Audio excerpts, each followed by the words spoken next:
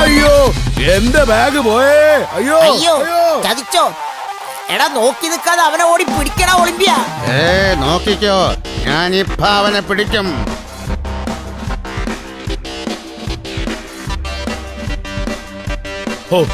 ഒളിമ്പിനുള്ളത് കൊണ്ട് രക്ഷപ്പെട്ടു.